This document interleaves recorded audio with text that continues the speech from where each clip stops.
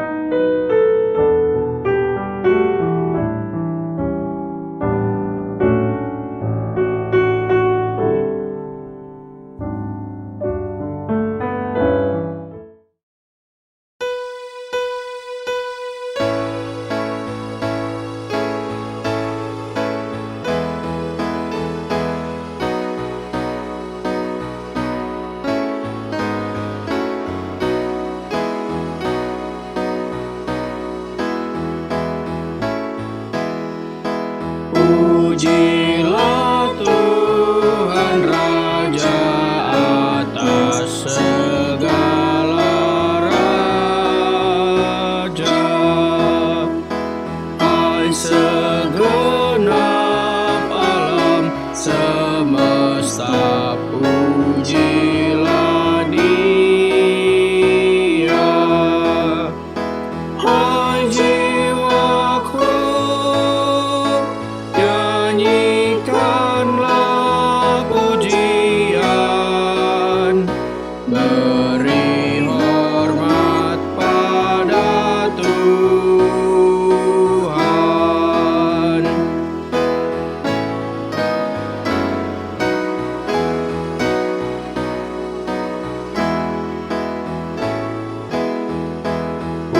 Pujilah Tuhan yang menciptakan semuanya, langit, bumi, dan isinya diciptakan Tuhan. Puji Tuhan, Allah yang Maha Kuasa, pencipta alam semesta.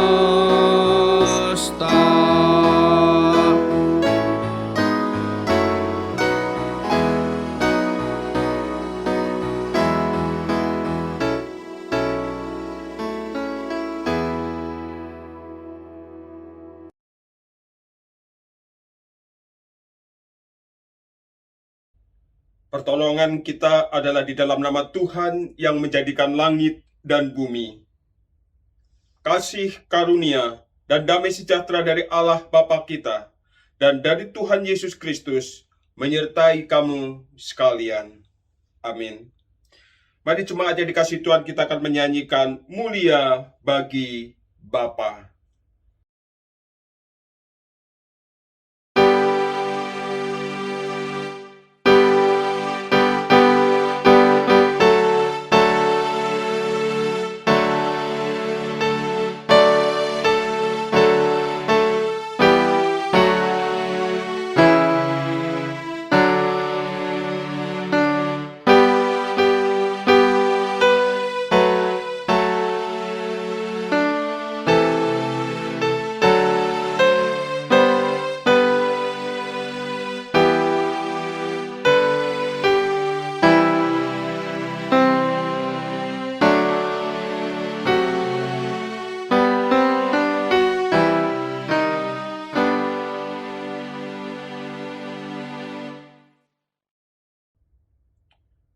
Nats pembimbing kita pada pagi hari ini diambil dari 2 Petrus pasal 2 ayat 1-2.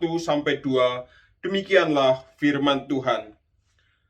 Sebagaimana nabi-nabi palsu dahulu tampil di tengah-tengah umat Allah, demikian pula di antara kamu akan ada guru-guru palsu. Mereka akan memasukkan pengajaran-pengajaran sesat yang membinasakan. Bahkan mereka akan menyangkal penguasa yang telah menebus mereka, dan dengan jalan demikian segera mendatangkan kebinasaan atas diri mereka.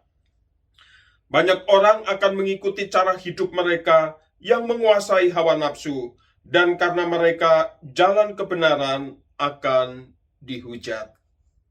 Amin.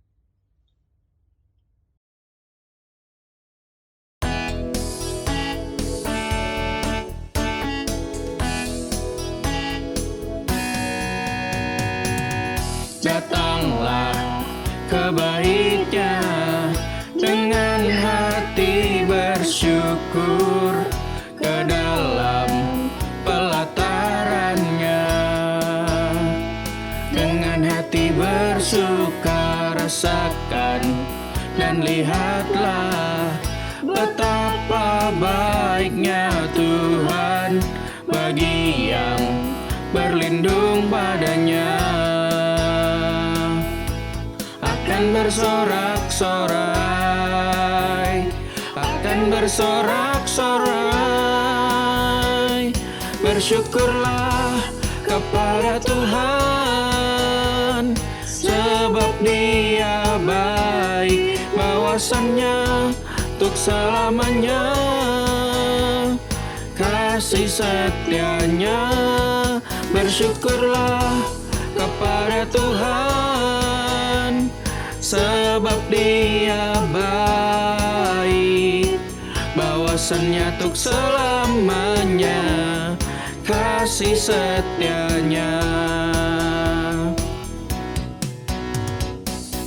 Datanglah ke Bait-Nya dengan hati bersyukur, ke dalam pelataran-Nya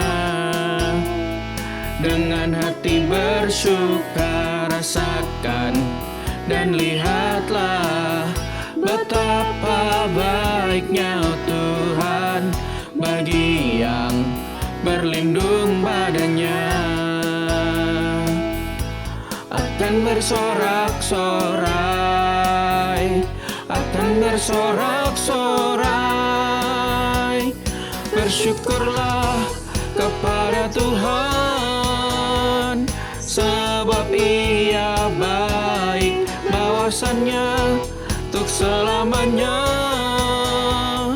Kasih setia-Nya, bersyukurlah kepada Tuhan, sebab Dia baik, bawasannya untuk selamanya. Kasih setia-Nya.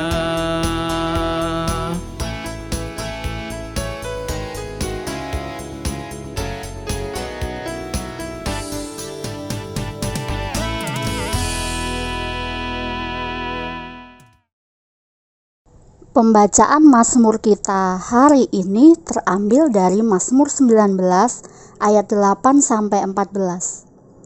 Taurat Tuhan itu sempurna, menyegarkan jiwa.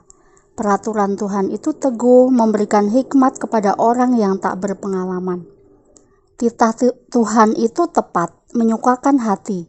Perintah Tuhan itu murni, membuat mata bercahaya. Takut akan Tuhan itu suci, tetap ada untuk selamanya. Hukum-hukum Tuhan itu benar, adil semuanya. Lebih indah daripada emas, bahkan daripada banyak emas tua, dan lebih manis daripada madu, bahkan daripada madu tetesan dari sarang lebah.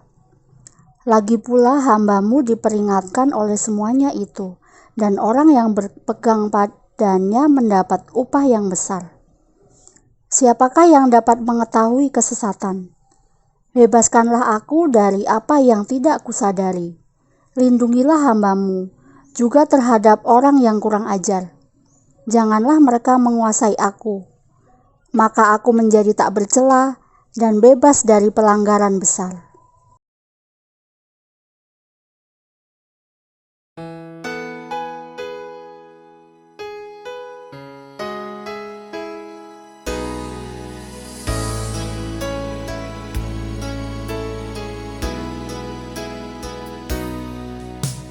Bukan dengan barang fana kau membayar dosaku,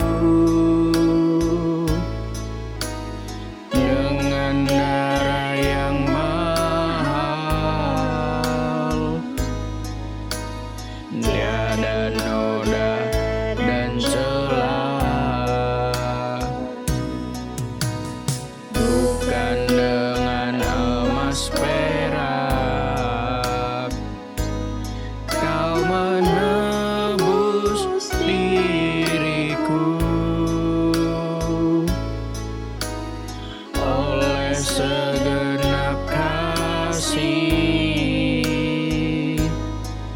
dan pengorbananmu, ku telah mati dan tinggalkan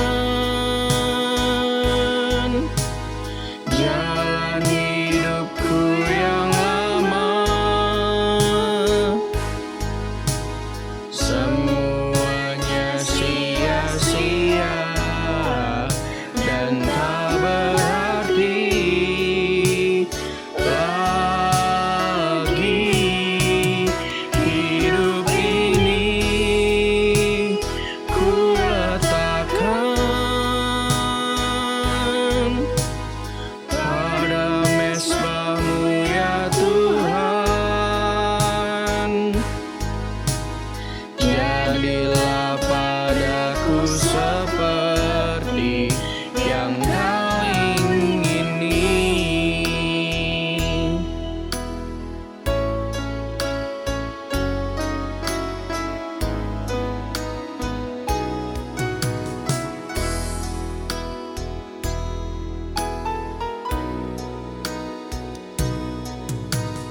Bukan dengan barang fana kau membayar dosaku, dengan darah yang mahal, tiada noda dan celah. Bukan dengan emas perak kau menebus diriku, oleh segenap kasih dan pengorbananmu, ku telah mati dan tinggalkan jalan hidupku yang lama. Semuanya sia-sia dan tak berarti lagi. Hidup ini ku letakkan pada mezbah-Mu ya Tuhan. Jadilah padaku seperti yang Kau ingini. Jadilah padaku seperti yang Kau ingini.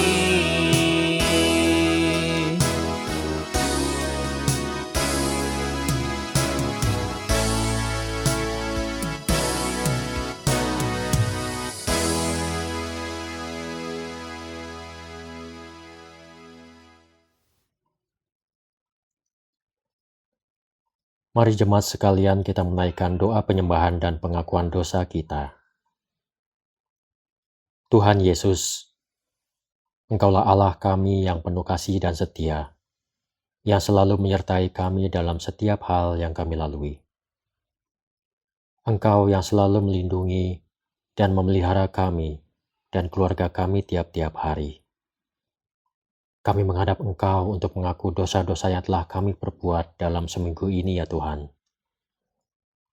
Kami mungkin tanpa kami sadari telah menyakiti saudara kami, orang tua kami, anak-anak kami, atau bahkan orang di sekitar kami. Terkadang jalan yang kami tempuh tidak sesuai dengan jalan-Mu Tuhan, baik di rumah, dalam tempat bekerja, atau dimanapun kami beraktivitas. Tuhan, ampuni dosa-dosa yang telah kami perbuat, dan ajarlah kami untuk selalu taat dan berjalan sesuai dengan firman-Mu, agar hidup kami selalu berkenan di hadapan-Mu.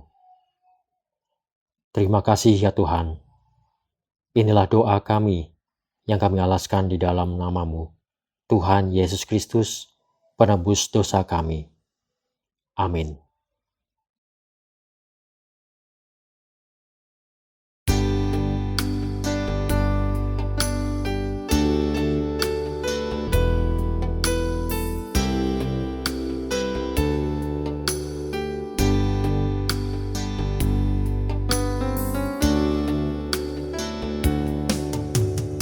Firman-Mu pelita bagi kakiku, terang bagi jalanku. Firman-Mu pelita bagi kakiku, terang bagi jalanku. Waktu ku bimbang dan hilang jalanku, tetaplah Kau di sisiku, dan takkan ku takut asal Kau di dekatku, besertaku selamanya.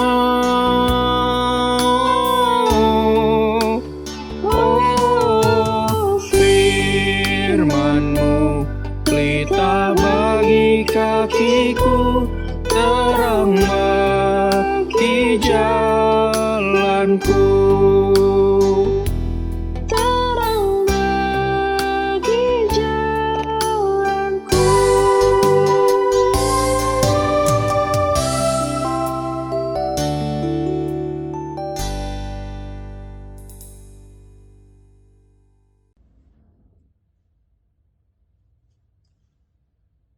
Shalom Bapak Ibu dikasihi Tuhan, selamat pagi, khususnya bagi jemaat Gereja Kristus Kebayoran Lama.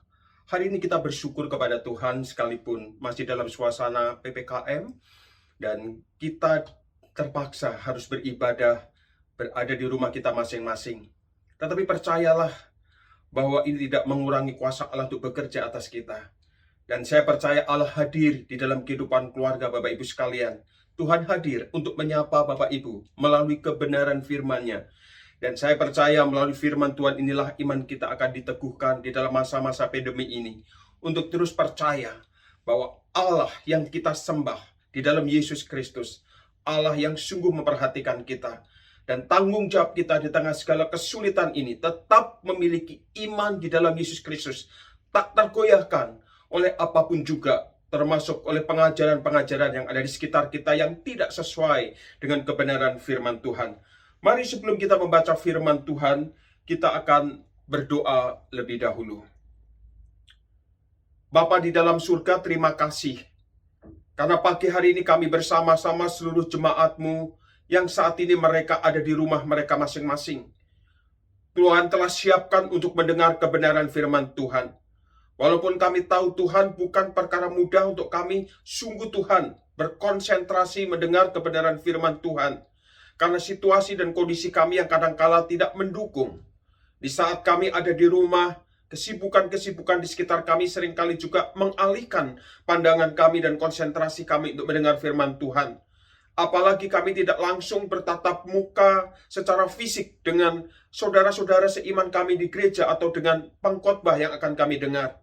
Tetapi kami percaya Tuhan yang kami sembah, Tuhan yang adalah juga di dalam Roh Kudus, menolong memampukan kami untuk bisa sungguh berinteraksi dengan kebenaran firman-Mu yang sebentar akan kami renungkan bersama-sama.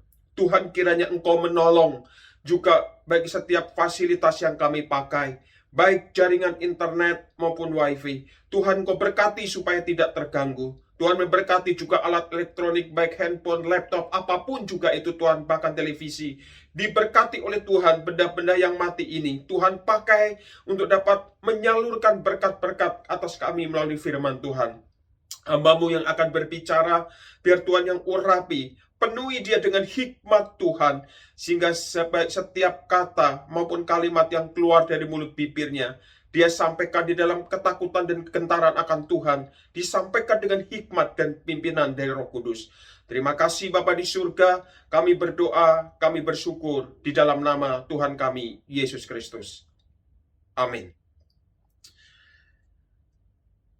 Hari ini kita akan membaca satu bagian firman Tuhan yang kita ambil dari 2 Petrus pasal 2. Saya akan membacakan ayat 1 sampai 3 saja. Demikianlah firman Tuhan.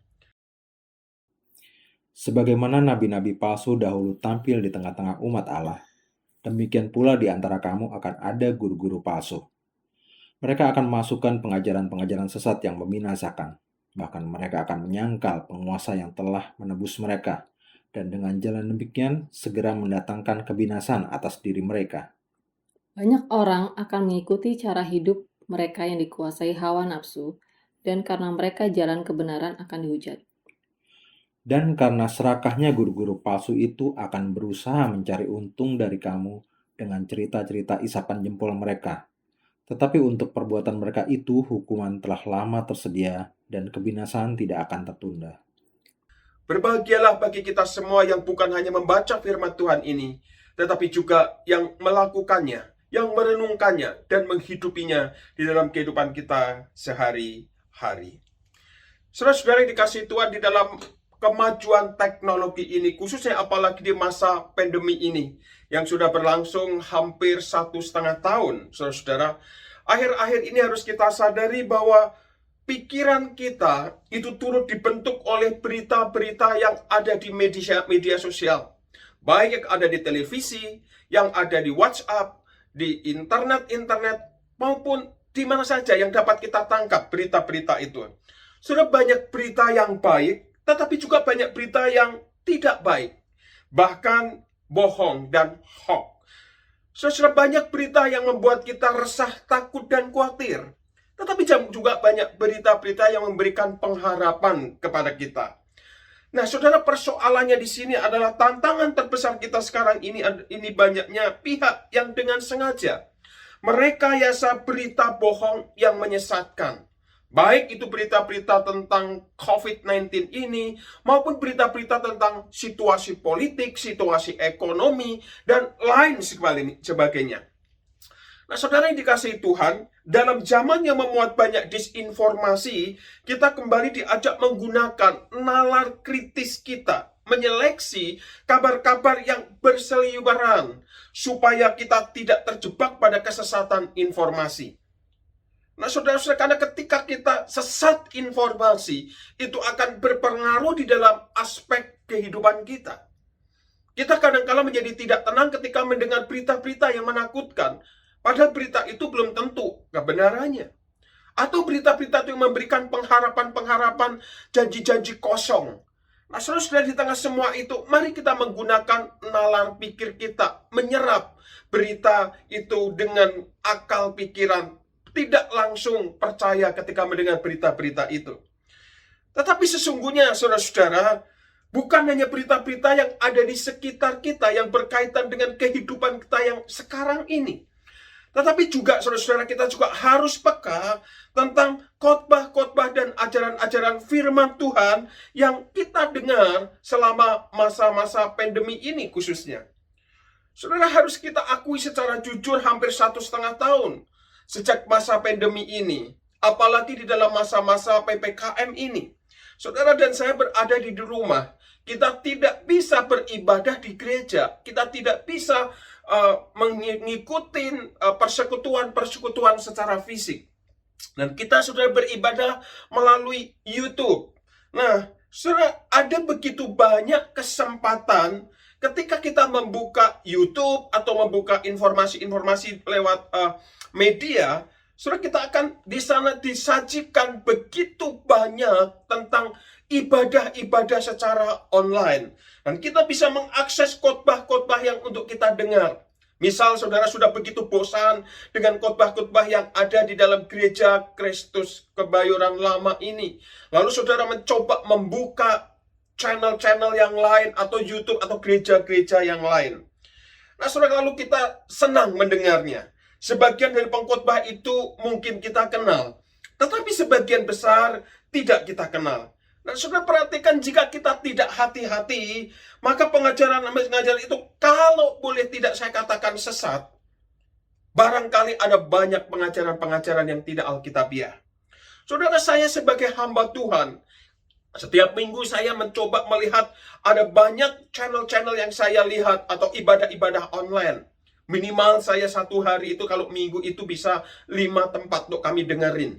Saya mendengar bukan hanya mendengar satu sisi saya sedang juga beribadah, tetapi satu sisi di bagian lain. Apakah pengkhotbah-pengkhotbah yang ada di sana itu juga semua bertanggung jawab, berkhotbah sesuai dengan kebenaran firman Tuhan, atau berkhotbah semau-mau mereka sendiri? Yang penting adalah menyenangkan atau memuaskan telinga daripada pendengar. Saudara, pada bagian ini kita mesti waspada. Firman Tuhan sendiri sudah mengingatkan kita apa yang kita baca tadi. Saudara, perhatikan baik-baik. Firman Tuhan yang kita baca di dalam 2 Petrus pasal 2 ayat 1 berkata, sebagaimana nabi-nabi palsu dahulu tampil di tengah-tengah umat Allah, demikian pula di antara kamu akan ada guru-guru palsu. Saudara, perhatikan, sebagaimana nabi-nabi palsu dahulu tampil di tengah-tengah umat Allah, khususnya di dalam perjanjian lama, lalu di masa-masa lalu sebelum masa sekarang, demikian pula di antara kamu sekarang ini, kalau saya mau katakan, ada guru-guru palsu. Lalu Alkitab mengatakan, mereka akan memasukkan pengajaran-pengajaran sesat yang membinasakan. Bahkan mereka akan menyangkal penguasa yang telah menebus mereka, dan dengan jalan demikian segera mendatangkan kebinasaan atas diri mereka. Jadi para pengajar-pengajar ini, para pengkhotbah-pengkhotbah yang tidak bertanggung jawab ini, yang mereka ajarkan bukanlah satu kebenaran yang membawa kita semakin mengenal Allah. Tetapi Alkitab di sini berkata bahwa guru-guru palsu itu, yaitu mengajarkan hal-hal yang menyangkal penguasa yang telah menebus mereka, dan dengan jalan demikian membawa kebinasaan bagi kita juga yang mendengarkannya pada waktu kita menerima dan mempercayai dari pengajaran-pengajaran itu. Saudara, sesungguhnya ketika Petrus menyampaikan bagian ini, kita tidak perlu terkejut dengan munculnya guru-guru atau nabi-nabi palsu di zaman sekarang. Kenapa saya katakan demikian? Sebab firman Tuhan sudah lebih dulu mengingatkan. Sesungguhnya bukan hanya di dalam bagian ini saja. Kalau saudara membaca di dalam seluruh Alkitab dari sejak awal, pada zaman akhir akan muncul banyak penyesat-penyesat. Bahkan di dalam kitab Yudas sangat clear di sana bicara, dan nanti saudara bisa membacanya. Bagaimana di dalam akhir zaman ini akan ada banyak penyesat-penyesat yang ingin merebut orang-orang percaya dari iman sejatinya kepada Kristus Yesus. Tetapi barangkali yang menjadi pertanyaan, mengapa orang Kristen yang sudah tahu firman Tuhan, tetapi masih banyak atau masih gampang percaya kepada pengajaran-pengajaran yang sesat ini, atau gampang diperdaya oleh ajaran-ajaran palsu tersebut? Kenapa bisa seperti itu? Saudara, hal ini bisa terjadi karena mereka memiliki pengetahuan firman Tuhan hanya sebatas akal atau pikirannya. Tidak berakar di dalam hati dan rohnya lalu dihidupi. Pada waktu mendengar firman Tuhan hanya sebatas berhenti pada kognitif, Dia tidak merenungkannya, tidak menggumulinya, menyimpan di dalam hati kalau itu satu kebenaran yang harus dihidupinya. Sehingga saudara, itulah sebabnya ketika mendengar berita-berita yang firman Tuhan atau mendengarkan khotbah-khotbah itu, mereka menjadi bimbang, bahkan tidak sepenuhnya percaya akan kebenaran firman Tuhan, mulai goyah. Saudara, para nabi palsu ini adalah orang yang bukan tidak belajar Alkitab. Mereka bukan orang yang tidak belajar tentang Tuhan. Mereka adalah orang-orang yang membaca firman Tuhan, tetapi seolah-olah mereka mengajarkan kebenaran firman Tuhan, tetapi mereka mengajarkan apa yang mereka dapat dari pikiran-pikiran mereka sendiri. Saudara, mereka menjanjikan kemerdekaan pada orang lain, padahal mereka sendiri adalah hamba-hamba kebinasaan. Di ayat 19 Petrus mengatakan demikian. Dan saudara perhatikan bahwa nabi-nabi palsu lebih tertarik pada popularitas daripada menyampaikan kebenaran. Mereka lebih mengedepankan bagaimana si pengkhotbah itu menjadi terkenal dan dikenal di mana-mana dan gerejanya menjadi besar daripada menyampaikan kebenaran. Dan strategi mereka adalah menyampaikan kepada orang apa yang orang ingin dengar. Para nabi palsu berkata misalnya di dalam Yeremia 6 ayat 14, damai sejahtera, tetapi tidak ada damai sejahtera. Bahkan Yeremia menubuatkan, tidak ada damai sejahtera, yang ada Israel sebentar lagi akan dikuasai oleh Babilonia. Tetapi para nabi palsu ini berani mengatakan, ada damai sejahtera. Bahwa ada damai sejahtera. Apa yang dikatakan oleh Nabi Yeremia itu salah belaka. Mereka berani mengatakan demikian. Nah saudara, kalau kita perhatikan sesungguhnya, salah satu ciri utama nabi palsu ialah mengatakan kepada orang-orang apa yang ingin mereka dengarkan dan bukan kebenaran yang perlu mereka dengarkan. Para pengkhotbah nabi palsu ini atau para pengkhotbah penyesat-penyesat ini lebih memaksakan supaya jemaat mendengarkan apa yang dia sampaikan daripada mereka mendengar kebenaran yang harus mereka dengar dari firman Tuhan. Saudara, di masa-masa pandemi ini contohnya kalau saudara pernah mendengar, mereka memaksakan pengetahuannya supaya menjadi didengar. Satu misal di awal-awal pandemi kita mendengar seorang pengkhotbah mengatakan, kalau Yesus bisa menghentikan badai dan angin besar di lautan, maka kita pun orang yang percaya Yesus bisa mengatakan kepada COVID itu, berhenti COVID dan hilanglah. Maka COVID itu akan berhenti. Lalu ketika tidak berhenti, mereka mengatakan setelah Paskah tahun lalu. Ketika Paskah belum selesai, nanti setelah kebangkitan, dan seterusnya setelah kenaikan. Bahkan kemudian mereka mengatakan, kalau seseorang bisa bahasa roh, maka bahasa roh itu membuat orang akan tidak kena terpapar COVID-19. Terus mereka katakan bahwa COVID ini bisa ditengking dalam nama Yesus, tidak perlu ini, tidak perlu itu. Dan akhirnya sampai hari ini kita juga masih berada dalam situasi pandemi. Bahkan sudah baru-baru ini kalau sudah buka di YouTube, ada begitu banyak para pendeta-pendeta yang mengatasnamakan Tuhan itu. Mereka berkata begini, kemarin aku mendengar Tuhan berbicara langsung kepada saya untuk saya sampaikan kepada umat Tuhan. Jangan mau divaksin. Karena ketika engkau divaksin, engkau menjadi milik iblis. Ketika engkau divaksin, engkau sedang melawan Allah dan sedang menuju kebinasaan. Saudara, mereka berani berkata atas nama Tuhan. Dari mana Tuhan mengatakan bahwa Tuhan melarang kita untuk divaksin? Ada lagi yang mengatakan, saudara-saudara, mereka mengatakan bahwa kalau kita memberi diri kepada Tuhan sungguh-sungguh, bahwa darah Yesus itu sudah cukup, kita sudah divaksin oleh darah Yesus. Saudara, itu hanya salah satu contoh saja. Jadi kalau kita perhatikan, mereka sepertinya sangat menguasai firman Tuhan dan mengajarkannya. Namun menyesatkan karena apa yang mereka ajarkan hanya berdasarkan asumsi mereka saja. Dan mereka menyangkal Tuhan Yesus yang sudah menebus mereka dari dosa-dosa. Di ayat 1 katakan, di ayat 10 bahkan mereka mengatakan, Pak Petrus mengatakan, mereka juga tidak segan-segan menghujat kemuliaan Allah. Karena mereka berani menempatkan diri pada posisi sederajat dengan Allah. Berani menempatkan posisi bahwa mereka langsung mendengar suara Allah dan harus disampaikan kepada umat Tuhan. Nah saudara, kalau kita perhatikan hidup mereka dikuasai hawa nafsu, mereka berusaha mencari keuntungan dengan cerita-cerita isapan jempol, yaitu cerita bohong, cerita yang hanya memuaskan cerita yang melebih-lebihkan sesuatu yang tidak dikatakan Alkitab. Akhirnya, mereka banyak menarik jemaat.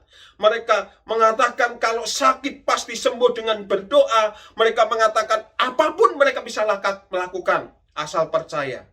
Dan kemudian saudara-saudara, para pengkhotbah ini hidup berfoya-foya. Mata mereka dipenuhi hawa nafsu dan sebagainya. Hanya untuk mencari keuntungan sendiri.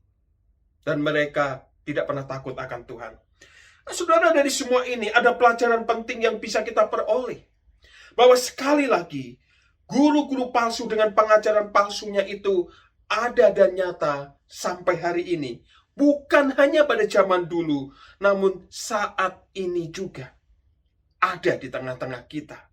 Saudara, mereka adalah orang yang mengerti dan menguasai akan begitu banyak pengetahuan. Mereka membaca firman Tuhan. Mereka mencoba menafsirkannya dengan cara mereka.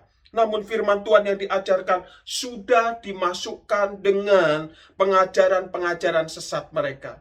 Pandangan-pandangan mereka yang tidak Alkitab katakan. Hanya yang mereka asumsikan itu adalah dari Tuhan. Sepertinya saudara mereka masih mengajarkan kebenaran firman Tuhan. Tetapi sebenarnya yang mereka ajarkan bukanlah firman Tuhan itu.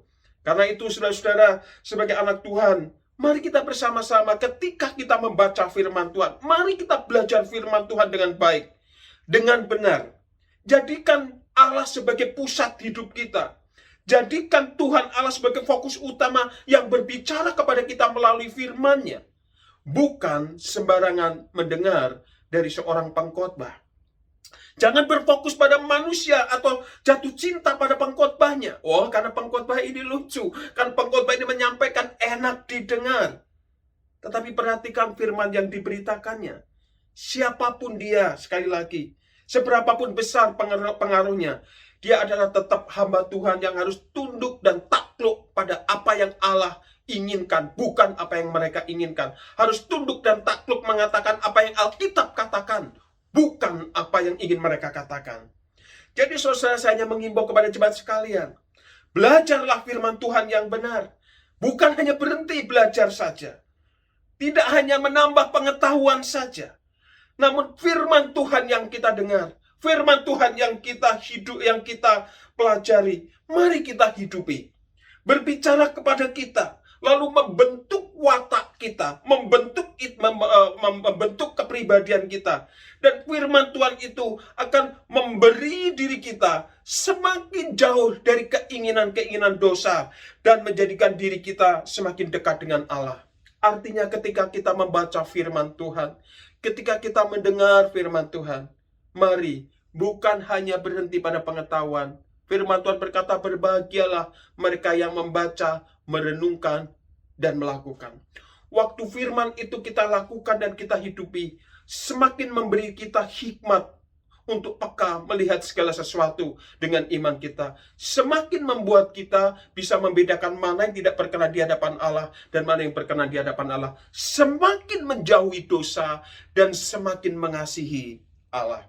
Saudara, di akhir daripada khotbah ini saya hanya ingin mengatakan kepada saudara, bagaimana kita waspada terhadap pengajaran-pengajaran sesat ini. Bagaimana kita bisa mengerti ciri-ciri daripada pengajaran-pengajaran sesat itu atau guru-guru palsu itu.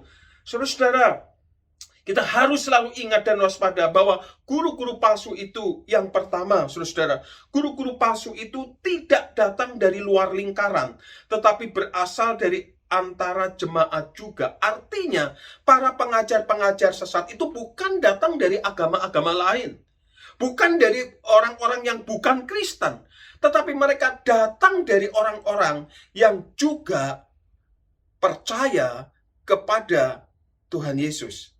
Nah, saudara, mereka ada di dalam gereja. Kerajaan surga itu diumpamakan, saudara, kalau kita membaca, itu kerajaan surga seperti menanam gandum, dan ada musuh yang menabur lalang. Kita baru tahu ada lalang setelah panen. Saudara-saudara, kita sekarang tidak tahu kalau kita tidak mengukurnya dengan kebenaran firman Tuhan. Jadi kesesatan itu ada bersama-sama dengan kita. Seperti Yudas ada di antara para murid-murid. Jadi saudara-saudara, mari ketika kita tidak tahu apa yang Alkitab katakan, bertanyalah kepada hamba Tuhan yang memang mengerti. Bertanyalah kepada orang yang mengerti, jangan ditafsir-tafsir sendiri. Lalu kemudian karena tafsiran sendiri salah, lalu dilakukan salah. Dan ketika dilakukan salah, pada akhirnya kita menjadi penyesat-penyesat. Sekali lagi, ajaran sesat itu ada di tengah-tengah kita. Saudara-saudara, yang kedua, ajaran sesat itu selalu memberikan pesan yang berbeda dari firman Tuhan. Seluruh pengajaran di Alkitab selalu berpusat kepada Kristus. Bahkan perjanjian lama, di dalam seluruh perjanjian lama itu mengarah pada datangnya Sang Mesias. Jadi saudara, jika sebuah pengajaran menyebut nama Yesus di dalamnya, tetapi mengingkari ketuhanannya dan juga kuasanya, maka sudah bisa dipastikan bahwa pengajaran itu adalah tidak benar di hadapan Tuhan. Satu misal, saudara-saudara, para penyesat-penyesat ini berkata, apakah mereka percaya kepada Yesus Kristus? Mereka percaya, tetapi mereka ketika ditanya, apakah Yesus itu Tuhan? Mereka akan meragukannya. Salah satu misalnya saksi Yehova. Mereka hanya mengatakan Yesus itu hanyalah ciptaan, dia bukan Tuhan. Dia hanyalah ciptaan. Atau kalau saudara, di sini kita perhatikan bahwa tentu saja mereka menyampaikannya tidak blak-blakan atau secara vulgar. Tetapi mereka membungkusnya sedemikian rupa sehingga saudara bisa tertipu dan terjebak di sana. Saudara bisa perhatikan di slide ini. Ada satu ruangan ibadah. Lalu di sana juga ada semacam Bible study. Sekilas kalau saudara melihat, itu adalah gereja yang benar. Tetapi saudara, saya mau katakan bahwa itu bukanlah gereja yang benar. Itu bukan gereja yang benar, saudara-saudara. Itu namanya adalah gereja Allah Maha Kuasa. Gereja Allah Maha Kuasa ini, saudara bisa nanti dibahas di dalam satu Bible study. Gereja ini mempercayai bahwa sekarang ini Kristus sudah datang. Kristus sudah datang berinkarnasi yang kedua. Dan saudara-saudara, bahwa gereja Tuhan yang Maha Kuasa ini, yang juga dikenal sebagai Kilat Timur, mengajarkan bahwa Yesus di dalam inkarnasi yang kedua ini, berinkarnasi di dalam seorang wanita. Sudah lihat di situ, yang bernama Yang Xiangbin, yang dikatakan bahwa dia adalah Kristus akhir zaman dan Tuhan yang Maha Kuasa. Mereka memakai Alkitab, tetapi juga mereka menambahkan pada Alkitab yang lain. Kalau saudara nanti lihat di YouTube, ada begitu banyak mereka sudah upload di sana. Saudara dengar lagu-lagunya seperti nyanyian-nyanyian rohani buku saudara. Tetapi kalau saudara jeli lihat, kalimat-kalimatnya adalah kalimat-kalimat penyesatan. Jadi saudara, orang-orang ini menolak Tuhan yang telah menebusnya. Terutama ketika berbicara tentang Kristus. Mereka bukan percaya kepada Kristus yang adalah Tuhan dan Juru Selamat yang mati di atas kayu salib. Pemikiran mereka mengenai Kristus yang telah menebus manusia itu sudah salah kaprah. Padahal Alkitab di dalam seluruh perjanjian baru mengajarkan siapa Yesus Kristus yang sudah menebus dosa-dosa kita. Dan mereka tidak mempercayai bahwa dosa-dosa kita ditebus oleh Yesus Kristus. Seperti dikatakan oleh 2 Petrus pasal 2 ayat 1 ini. Petrus mengatakan bahwa mereka tidak mempercayai bahwa manusia adalah hamba-hamba dosa dan Yesus menebus mereka dengan hidupnya sendiri dan itulah yang memerdekakan manusia. Tetapi mereka menyangkali penebusnya. Surah Alkitab di dalam 1 Korintus pasal 7 ayat 23 mengatakan, kamu telah dibeli dan harganya telah lunas dibayar. Dan di dalam Galatia pasal 3 ayat 13 dikatakan, Paulus mengatakan, Kristus telah menebus kita dari kutuk hukum Taurat. Artinya apa? Saudara, secara jelas hal ini berarti dua hal. Pertama, bahwa kita telah dibeli oleh Kristus, maka orang Kristen, orang percaya mutlak menjadi kepunyaan Kristus. Tunduk dan taat kepada Kristus. Dan yang kedua, hidup yang telah dibeli dengan harga yang mahal itu tidak boleh disia-siakan untuk melakukan dosa-dosa dan untuk memuaskan nafsu daging kita. Artinya bahwa hidup kita harus dipersembahkan kepada Allah. Segala sesuatu yang kita lakukan bukan atas maunya kita dan keinginan kita, tetapi kita harus sungguh bergumul apa yang kita buat ini apakah memperkenan hati Tuhan. Dan yang ketiga, pengajaran dan gaya hidupnya tidak selaras. Saudara, guru yang mengajarkan pengajaran yang sehat akan menunjuk kepada dosa kita dan memperlihatkan manusia membutuhkan keselamatan yang ada di dalam Kristus. Pengajar yang benar selalu mengatakan kita orang berdosa, kita orang lemah, kita membutuhkan anugerah Allah.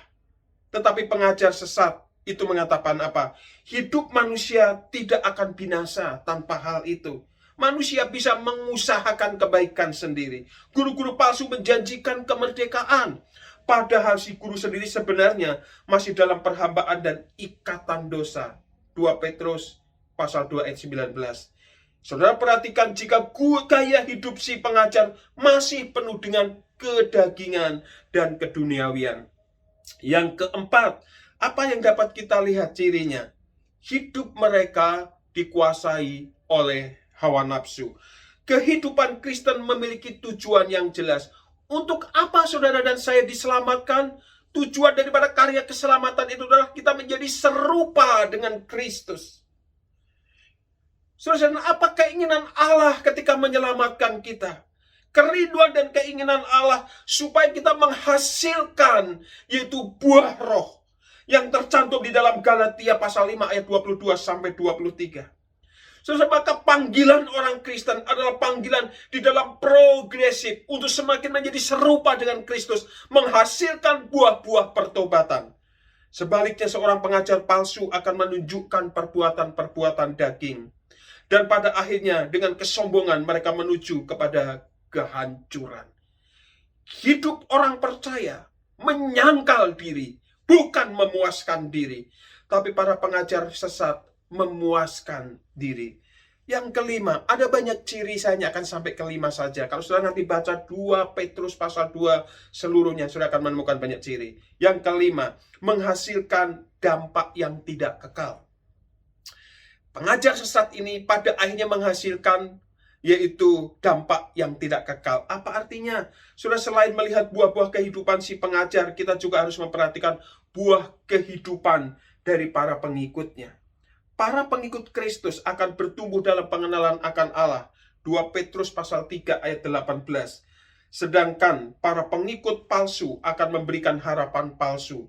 Seperti sumur yang kering dan dahaga, mereka yang mendengarkannya tidak terpuaskan. 2 Petrus pasal 2 ayat 17.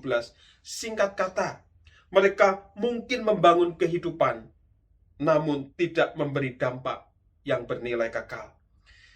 Saudara-saudara, jadi ketika menyikapi semua itu dengan pengajaran-pengajaran yang ada di sekeliling kita, jadi kita perlu ada kepekaan, analisa yang kuat, persamaan dan perbedaan, perbandingan.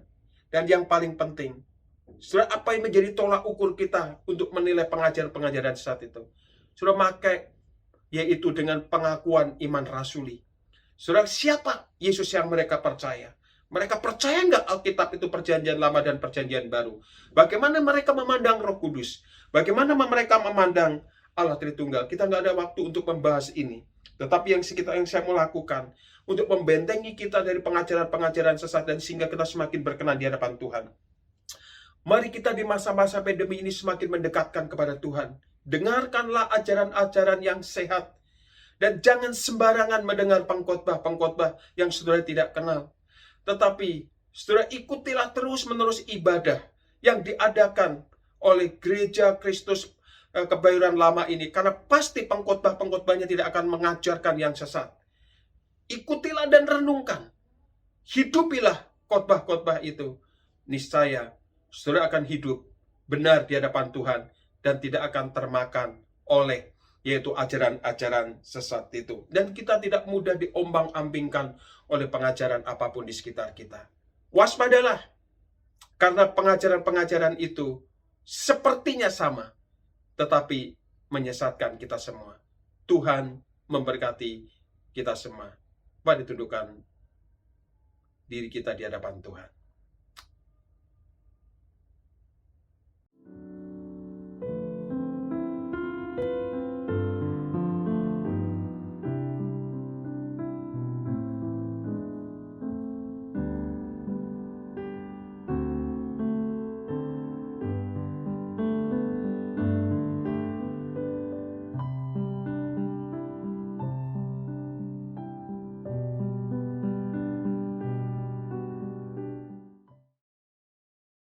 Bersama dengan gereja dari segala abad dan tempat, marilah kita mengikrarkan pengakuan iman percaya kita sesuai dengan pengakuan iman rasuli dengan berkata, Aku percaya kepada Allah, Bapa yang Maha Kuasa, Khalik langit dan bumi, dan kepada Yesus Kristus, Anaknya yang tunggal Tuhan kita, yang dikandung dari Roh Kudus, lahir dari anak darah Maria, yang menderita di bawah pemerintahan Pontius Pilatus, disalibkan, mati dan dikuburkan, turun ke dalam kerajaan maut.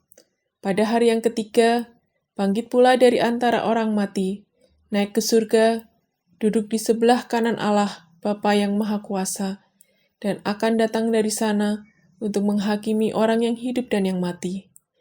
Aku percaya kepada Roh Kudus, gereja yang kudus dan am, persekutuan orang kudus, pengampunan dosa, kebangkitan orang mati, dan hidup yang kekal. Amin.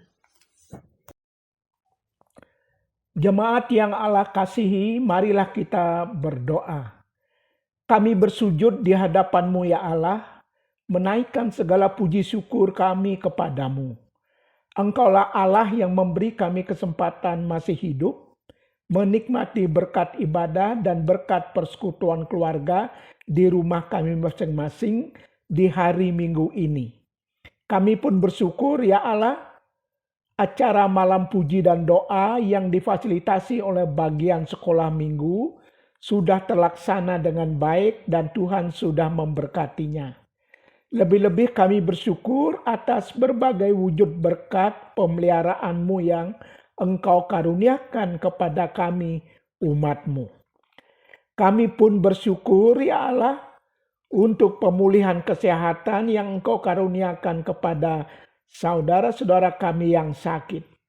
Kiranya Engkau berkenan juga mengaruniakan berkat kesembuhan kepada saudara-saudara kami yang masih menderita berbagai penyakit, khususnya yang masih positif COVID-19, yang menjalani isoman di rumah masing-masing, bahkan yang dirawat di rumah sakit. Ya Roh Kudus, tumbuhkanlah setiap benih firman-Mu yang ditaburkan oleh hamba-hamba-Mu di hari Minggu ini, di berbagai kesempatan dan tempat.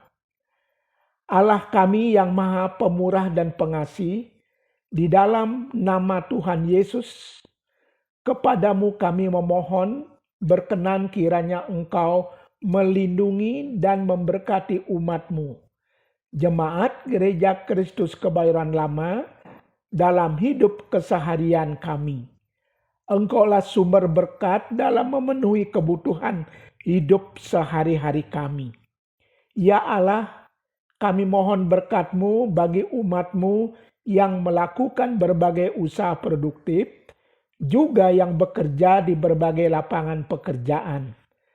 Berkenan kiranya Engkau membukakan lapangan pekerjaan bagi umat-Mu yang membutuhkannya.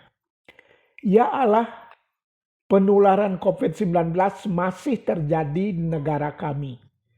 Berkenan kiranya Engkau mengaruniakan segala hikmat marifat-Mu kepada pemerintah kami, TNI dan Polri, masyarakat, dan semua pihak yang terkait dalam upaya mengatasi penularan COVID-19. Kami pun mohon berkat-Mu atas pemberian vaksin, penerapan PPKM yang sedang dilaksanakan di negeri kami ini, ya Tuhan. Berkatilah para hamba-hamba-Mu, para aktivis yang giat menyiapkan rancangan ibadah yang masih kami laksanakan secara online. Bangkitkan semangat umat-Mu untuk tetap dan terus setia beribadah dan bersekutu, yang masih kami laksanakan di masa pandemi COVID-19 ini.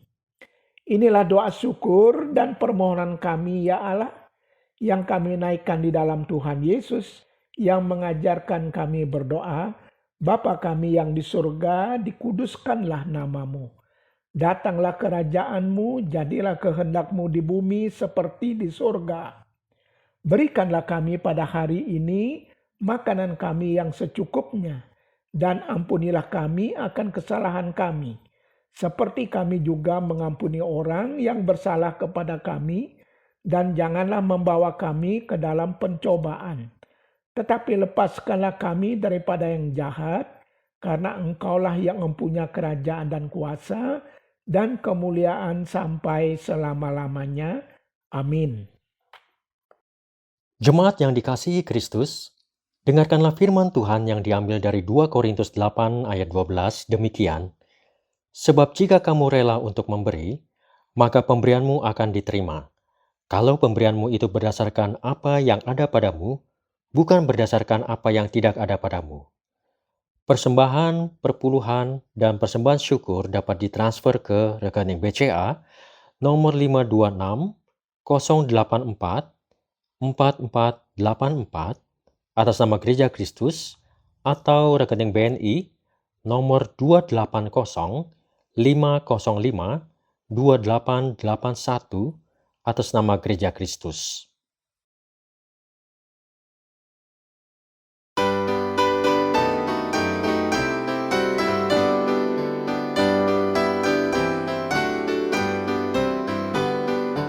Hidup kita yang benar haruslah mengucap syukur, dalam Kristus bergemar, janganlah takabur.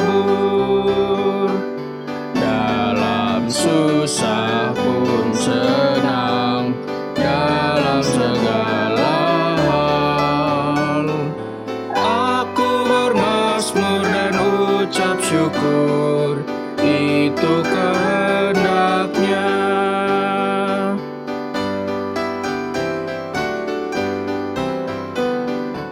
Apa arti hidupmu? Bukankah ungkapan syukur karena Kristus penebus berkorban bagimu?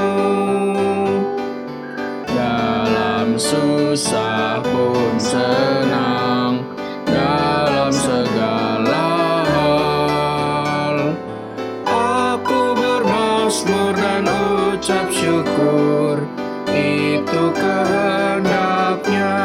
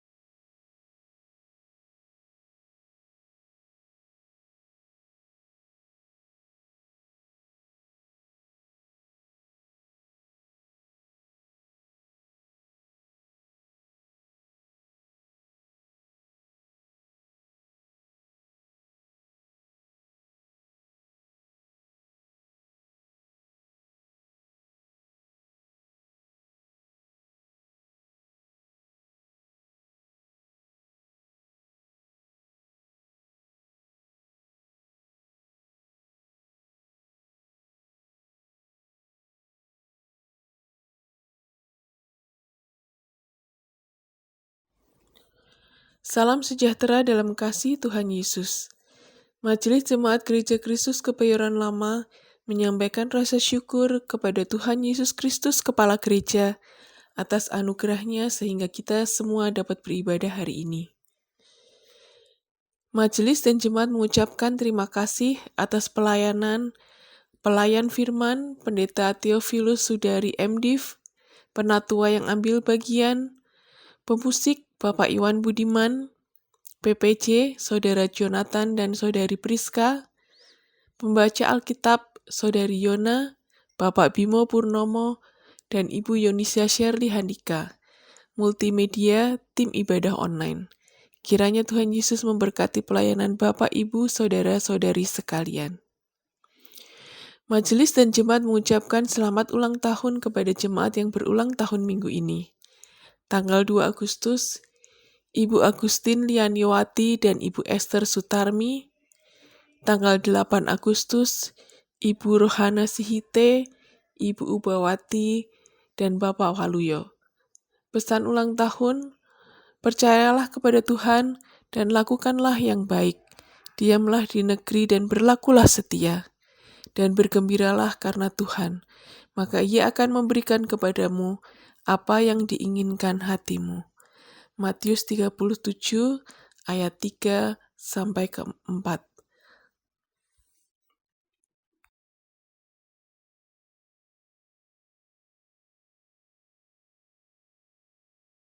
Jemaat sekalian, saya mengundang kita semua untuk bangkit berdiri.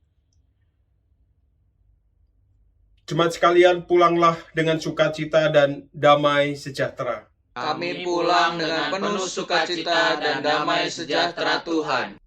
Arahkanlah hatimu senantiasa kepada Tuhan. Kami mengarahkan hati kami senantiasa kepada Tuhan, Gembala kami yang baik.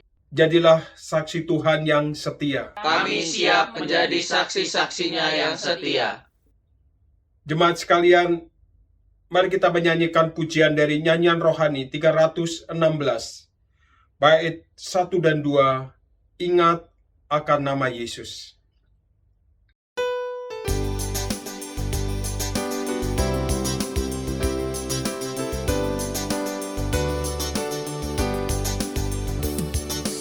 Ingat akan nama Yesus, kau yang susah tertekan.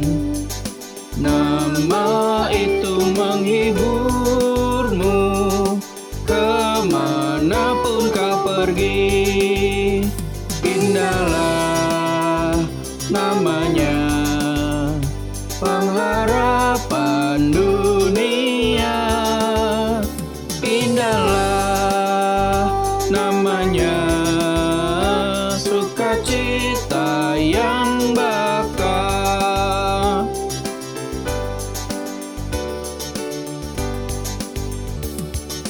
Bawa nama Tuhan Yesus sebagai perisaimu.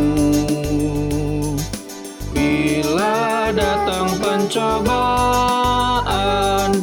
berdoalah padanya. Indahlah namanya, pengharapan dunia. Indahlah namanya, sukacita yang bakal.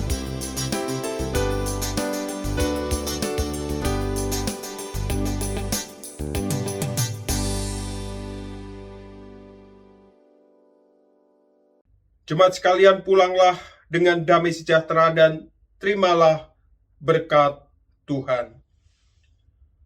Tuhan memberkati engkau dan melindungi engkau. Tuhan menyinari engkau dengan wajah-Nya dan memberi engkau kasih karunia. Tuhan menghadapkan wajah-Nya kepadamu dan memberi engkau damai sejahtera. Amin. Mari kita nyanyikan doksologi.